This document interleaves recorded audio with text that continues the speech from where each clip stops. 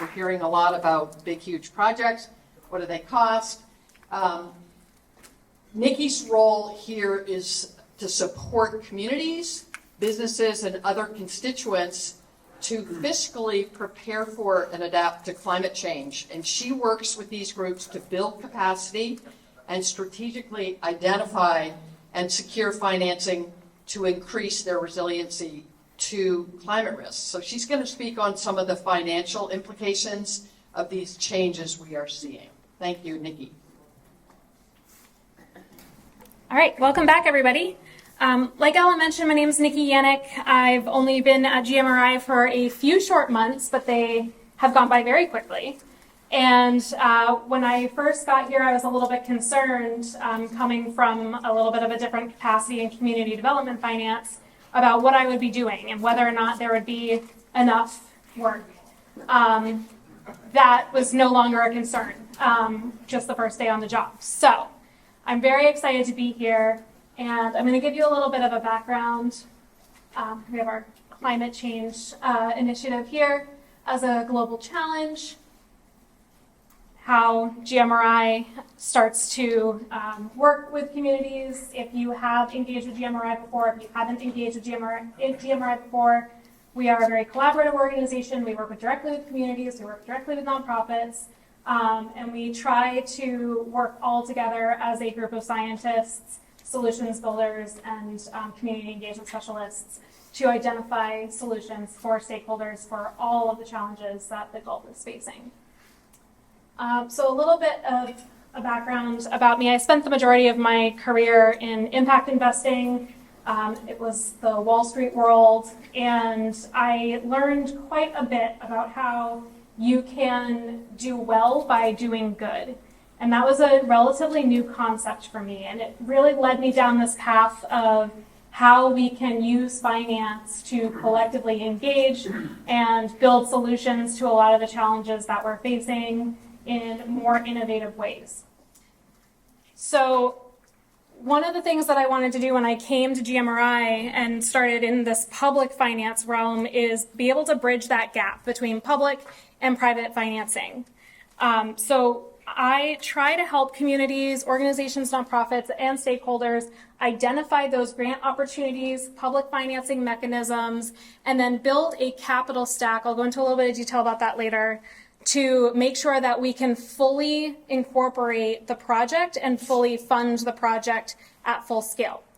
So a capital stack, you might also hear it as a sources and uses, whoop, too close, okay, is where you identify the entire cost or scope of the project and then break it down by the funding mechanisms needed to make it happen.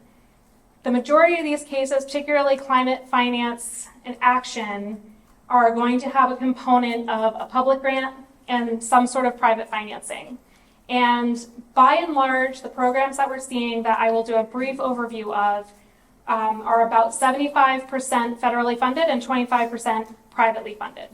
That depends, as you heard many times today, I'm sure it's a very frustrating answer, on the scope of the project and of the source of capital itself.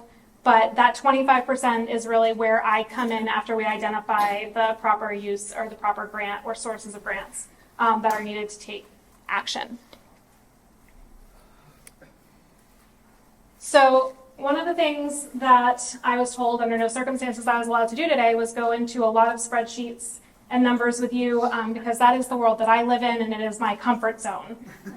Ironically, public speaking is not my comfort zone. It's why I live in a world of spreadsheets and numbers, but this is a very important challenge that is near and dear to my heart, and so here I am braving my fears for all of you. Yes, sure. So the key to climate finance really is collective action. And a lot of you are here today because of either the property that you live on, your homes, your communities, and need to find independent sources of how to really make these projects happen.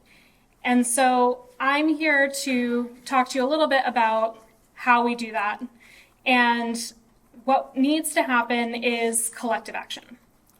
So the first component is identifying your current situation, damages, and concerns on your own property, your neighbors, and your communities, and then going to your town or to your legislator or to a housing community or co-op, whatever your next step is, to identify what current active grants and plans already exist in your communities.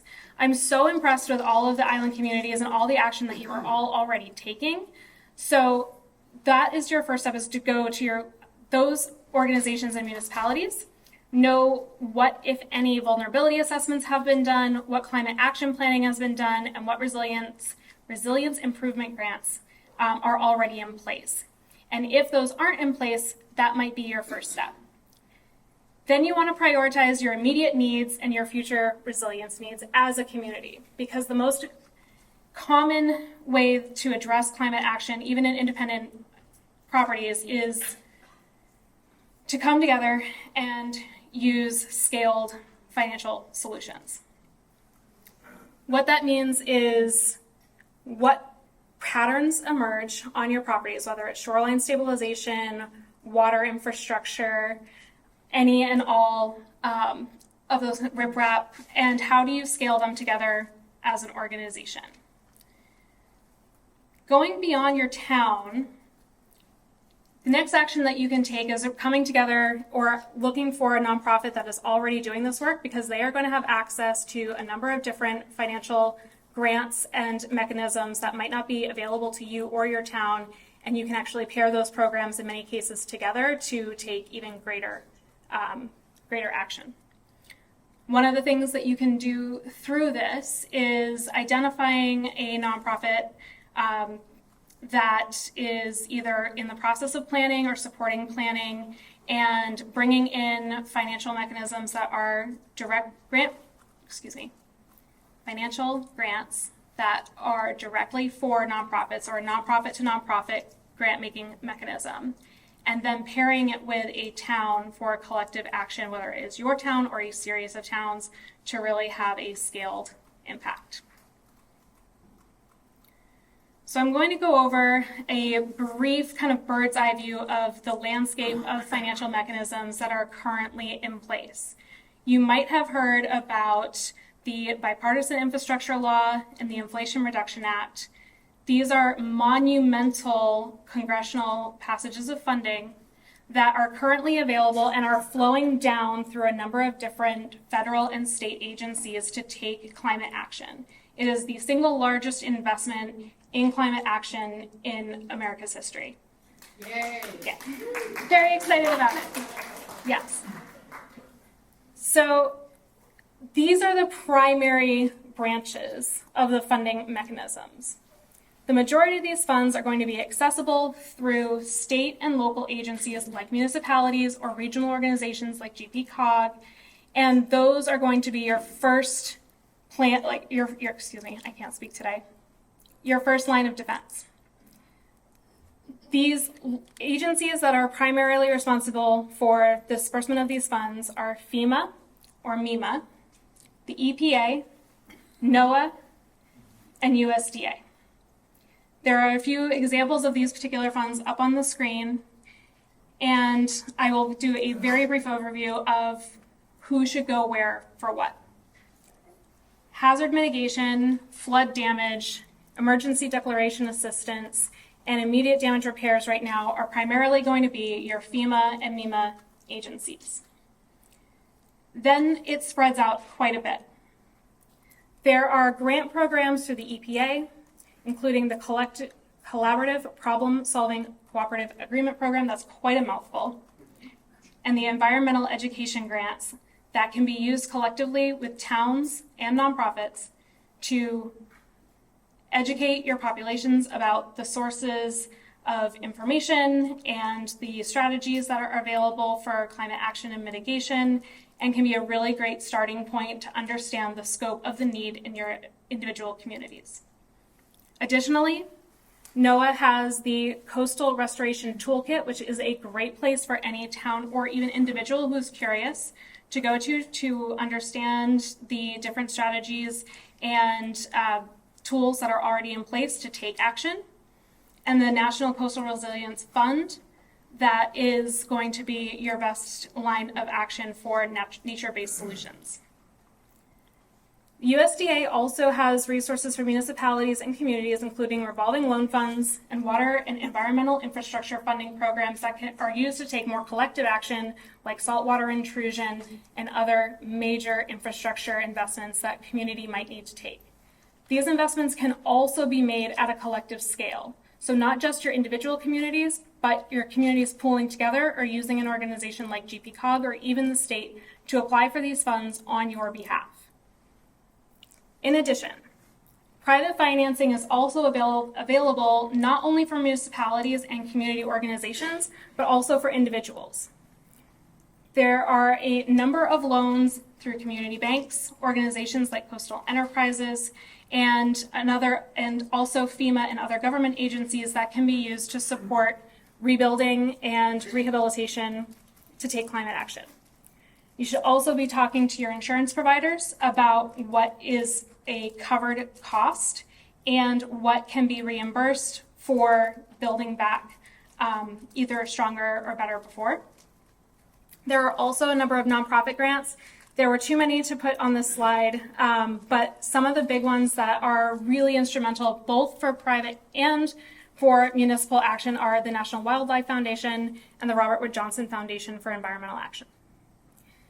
These are a broad scope of some of the programs that are currently available. The state of Maine also has programs that are currently available, and just like we've heard many times today, and is a difficult answer to give you, is it really depends on your particular case and what is needed, which is why taking collective action is so important, to understand your needs and work together as a community so that you can scale impact at the right capacity to take action as a group.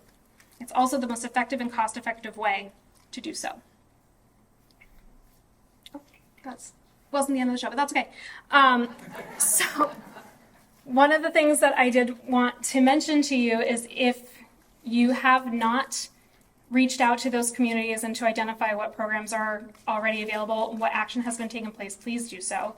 But GMRI is also here to serve as a resource, not only for you and your communities, but for nonprofits and other collective action at large, so that we can take you from vulnerability assessments all the way to project implementation.